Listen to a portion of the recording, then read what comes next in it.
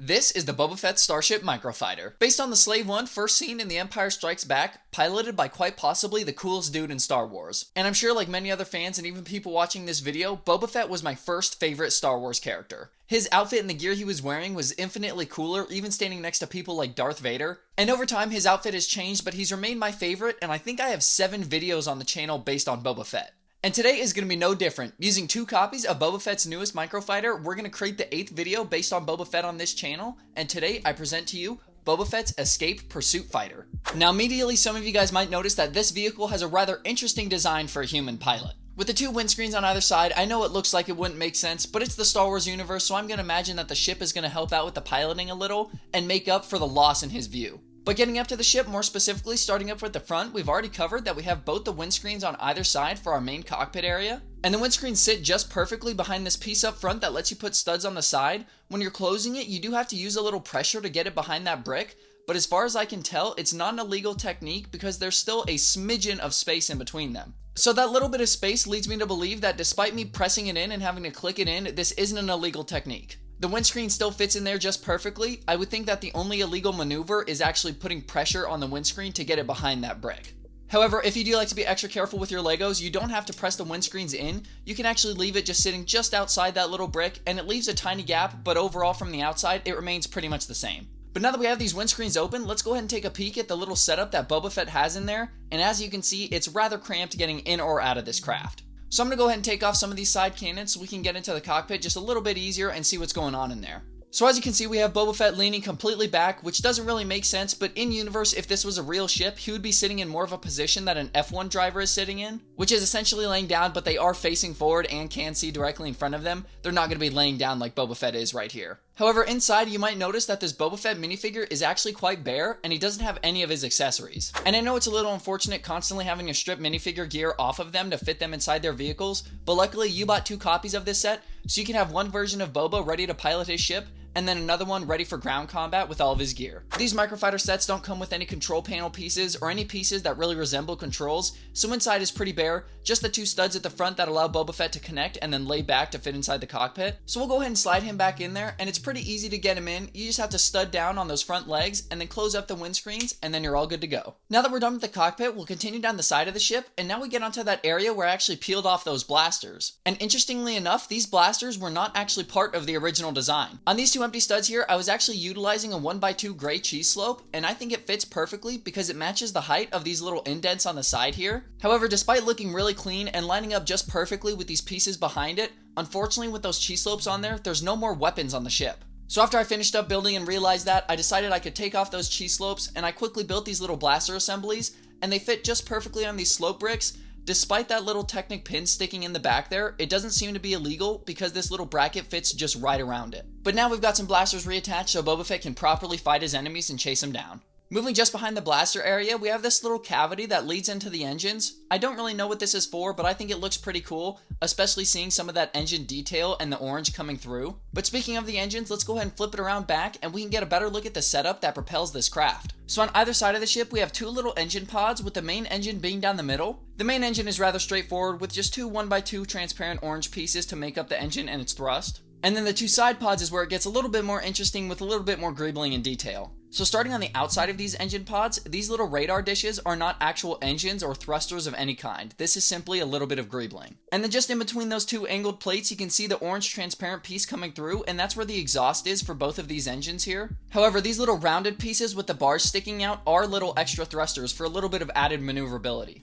Now, of course, they appear to be much smaller, and they're going to have nowhere near the same power as the main engine or the 2 secondary engines, but that's by design. I like to think that these little black thrusters allow for a tiny bit of VTOL capability when the ship is taking off and landing, so it can move side to side relatively easily, rather than having to fly in for a landing like a plane would. With these thrusters, the ship can hover off the ground a little bit and then power up their main engines to take off. And these engines are actually posable, so you can put them in whatever position you want to get some more extreme shots, like it's taking some really tight corners or something. However, I tend to leave them in a position that perfectly covers up the gap between these 2 brackets on the side there, so you can see some of the orange coming through.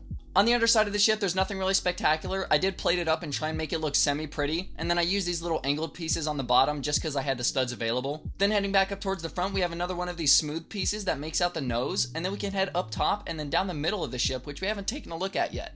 However, you guys have pretty much been seeing it throughout the entire video. There's not really much going on up here. We just have a nice green stripe going down the middle with 2 green semicircles on either side in that dark green color. And then we have these dark red 1x2 cheese slopes next to these angled pieces here. And they don't really do much, but they do kind of look like some tiny little fins at the rear of the ship. But other than that, that pretty much covers this portion of the alternate build. I didn't mention it earlier since it's not very significant, but there is a small side build attached to this. Those of you who are familiar with the Slave 1 Microfighter, you're going to notice that I didn't use a lot of these large angled bricks because I couldn't really work them into this ship.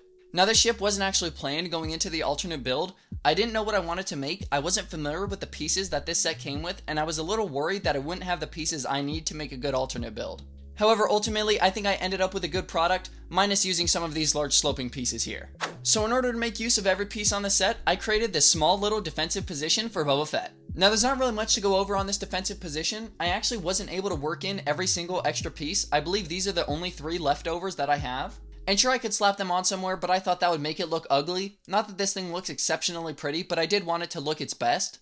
It does look pretty heavily armored, making use of all those large sloping bricks that the set came with. And then as well, it does have some defensive capabilities with 2 main cannons up front, and then 2 light chain gun cannons on top. And then just inside the defensive position, you have enough space for a minifigure or 2 so they can defend from any of the incoming attackers. Now I did actually toy with the idea of this little defensive position being a small little docking bay for the escape pursuit fighter because it fits just perfectly. However, once it's tucked in here, Boba Fett can actually get out of the ship. So I'm thinking that maybe Boba Fett will land the ship, he'll then get out, and an automated system will then push his ship into its docking bay. However, I also think this little defensive position kind of looks like a heavily armored shell that you could slide over the front of the pursuit fighter to give it a few extra cannons and heavy armor. Now when it's flying in the air, it might look a little bit wonky, but I actually don't hate the idea.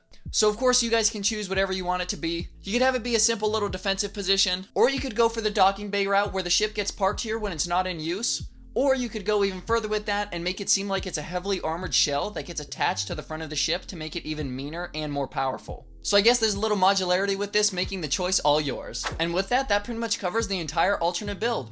We have our neat little escape pursuit fighter, and then a small defensive position, docking bay, armored shell that gets attached to the front, you name it, it can be it. But I did have a lot of fun making this alternate build, especially making a ship with this kind of design with 2 windscreens on either side for a human pilot. Let me know what you guys thought of this alternate build down below. I'm really happy with the final product, and I think I want to make this little ship in a larger scale, maybe with some interior space, because it almost looks like a larger kind of freighter. I'm not sure if anyone else is going to share that opinion, but this little ship definitely looks like it could be translated into a much larger scale without really changing too much. However, with that, that totally concludes this alternate build, and I hope you guys enjoyed this video and the alternate build along with it. Let me know your thoughts in the comments below, and as well if you have any alternate build or mod suggestions, please leave those in the comments below as well. This year I said I wanted to do more community driven builds, and the ARC 170 is just a start. And speaking of the ARC 170, it's still in progress. At this moment it's pretty much done. It's in the final stage that an alternate build goes in, where I finished it and it's going to sit around for a few days while I test it and play with it and see what's a little too fragile and see what I really need to change up before I call it a final draft. But enough rambling about everything else, we're going to go ahead and conclude this video. Like I said, I hope you guys enjoyed the alternate build, and if you have any suggestions for me, feel free to leave them in the comments below. And if you'd like to support the channel, you can do so by dropping a like on this video, or by using my Amazon affiliate links down below whenever you're shopping for LEGO online. Other than that, I'll see you guys next time. Peace, fellas.